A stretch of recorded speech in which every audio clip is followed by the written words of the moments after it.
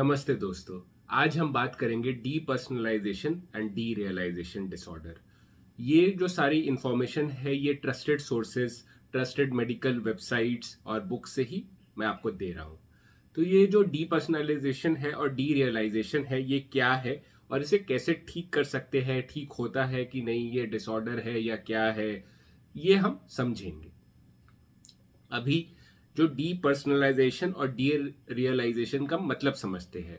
Depersonalisation मतलब कि आपको लगता है डीपर्सनल, मतलब आपको लगता है कि मैं ना अपने विचारों से, अपने फीलिंग्स से, अपनी एक्शन से डिफरेंट हूं। ऐसा लगेगा आपको कि आप ना ऊपर हो, मतलब अपनी बॉडी से निकल गए हो और अपनी बॉडी को देख रहे हो। या आपको लगेगा कि ऐसा भी हो सकता है कि आपको ना शीशे में आप पहचान नहीं पाओगे कि नहीं ये मैं नहीं हूँ, आप रिलेट नहीं कर पाओगे। मेरे एक सब्सक्राइबर ने बताया है कि वो आप शीशे में देखते हैं, उनको लगता है कि कोई और है।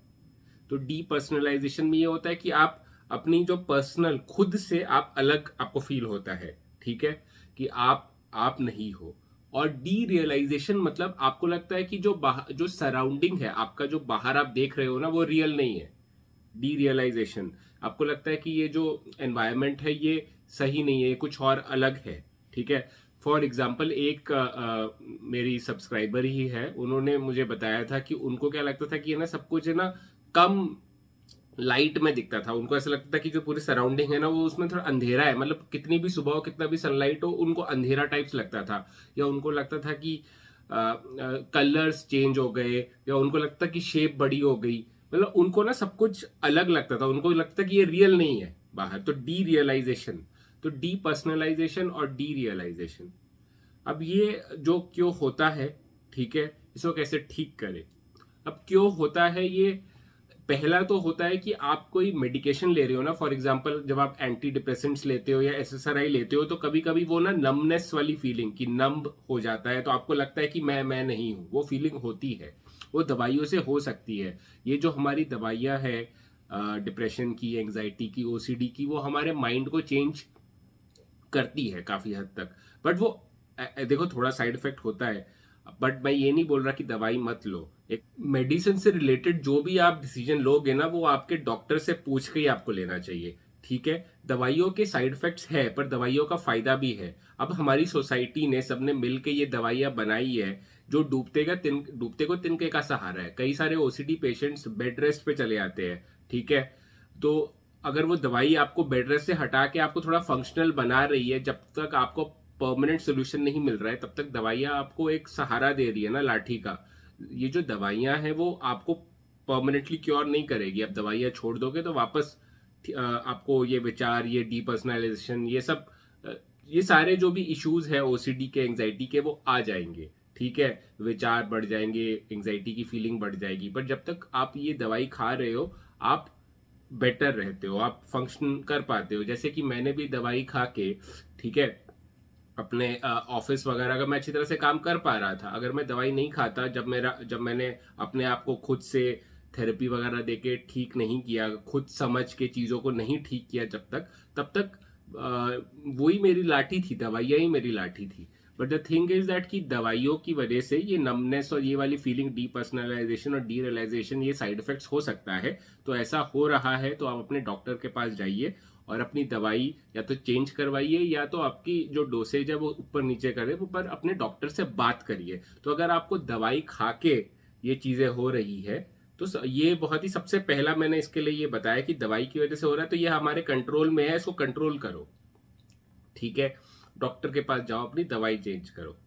सेकंड जो है वो है कि डिप्रेशन, एंग्जाइटी की वजह से डी रियलाइजेशन, डीपर्सनलाइजेशन हो सकता है। पहला है कि दवाई आप खा रहे हो एंग्जाइटी को ठीक करने के लिए, उसकी वजह से हो रहा है। सेकंड है कि नहीं, डिप्रेशन और इसकी वजह से भी होता है, ठीक है।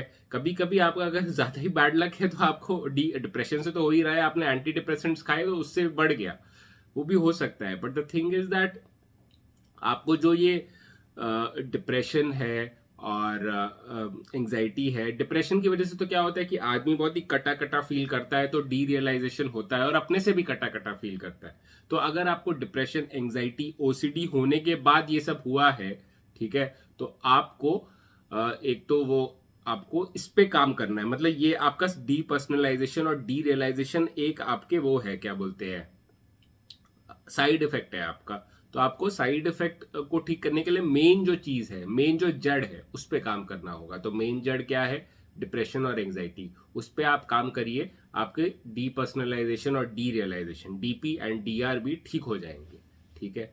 ये डीपर्सनलाइजेशन और डी रियलाइजेशन वर्ड्स जो है वो थोड़े डिफिकल्ट है बोलने में, I understand and I also understand. ये बहुत ही सीरियस वीडियो में मैं थोड़ा हंसी मजाक करने की कोशिश करता हूँ, क्योंकि हम जो मेंटल हेल्थ, एक तो ये मैं डॉक्टर नहीं हूँ, ये बहुत ही ऐसे मैं मेडिकल ऐसे चैनल नहीं चला रहा हूँ, मैं एक चैनल चला रहा हूँ जो मैं से एक मतलब एक फ्रेंडली, आपका एक फ्रेंड, मैं एक फ्रेंड हूँ आपका, एक जो फ्रेंडली वे से आपको ठीक करने की, आपको सहारा देने की कोशिश कर रहा है।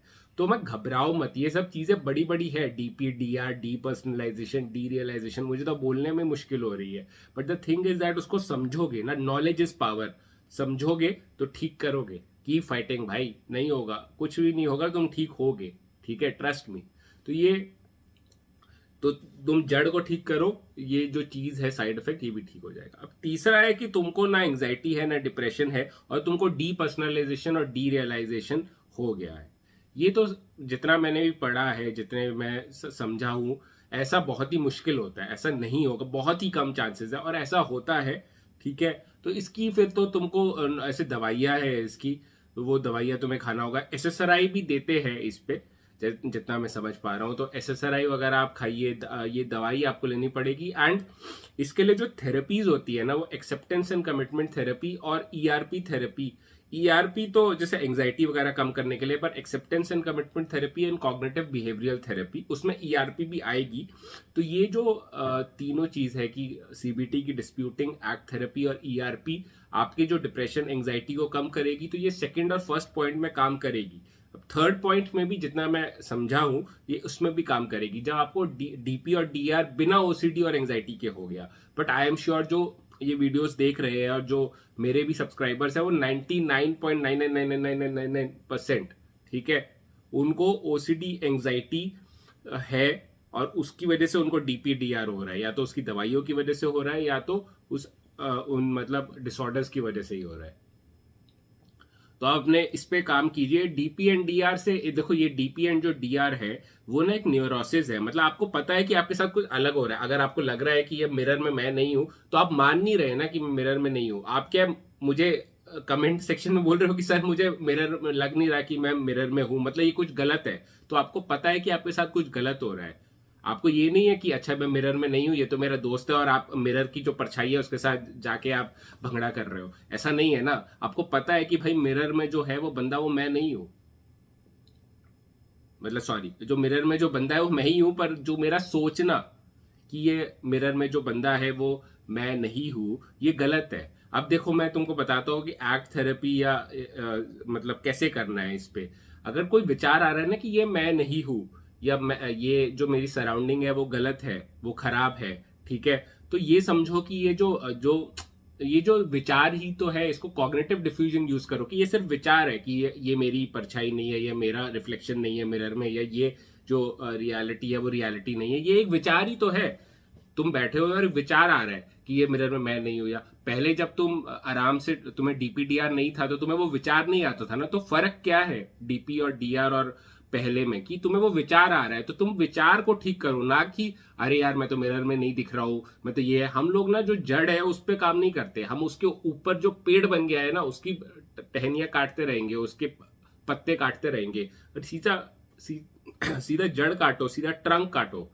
तो ट्रंक ये है वो विचार, तो उस विचार पे ध्यान ही मत दो, उस विचार को इग्नोर करो। अभी फॉर एग्जाम्पल तुम आए और तुमने मिरर में देखा, अरे मैं मिरर में ये नहीं हूं, मतलब मिरर में मैं नहीं हूं जो दिख रही है परछाई। तो तुम सोचो, ये एक विचार ही तो है, ये एक थॉट है बस कि मैं नहीं हूं। असली में तो तुम आ रहे हो ना।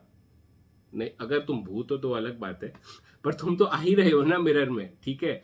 तो वो सिर्फ एक विचार आ रहा है तुम्हें, उस विचार पे कॉग्निटिव डिफ्यूजन यूज करो। कॉग्निटिव डिफ्यूजन मतलब अपने विचारों से डिफ्यूज हो जाओ, अपने विचारों से अलग हो जाओ। तुम्हारे विचार नहीं हो। तुम बैठते रहो, बैठा हूं, मैं अंबानी हूं, अंबानी हूं, इस लैम्प से ना मैं अलादीन हूं, अलादीन हूं, इस लैम्प से भी जिन निकलेगा, जिन निकलेगा, जिन निकलेगा, जिन जिन निकला क्या? अरे बोलने से कुछ नहीं होता यार, बोल बोल के तो मैं तो मेरे 1 मिलियन सब्सक्राइबर्स हो जाए, 1 मिलियन सब्सक्राइबर्स हो जाए, इस वीडियो में 500 लाइक्स आ जाए। 500 लाइक्स तो आते नहीं है और तुम मतलब कि अलग आदमी बन जाओगे, ऐसा कुछ नहीं होता भाई। अलग अलग तुम जैसे पैदा हुए वैसे ही रहोगे। तो ज्यादा शाड़ा बनो मत, ठीक है? समझो चीजों को,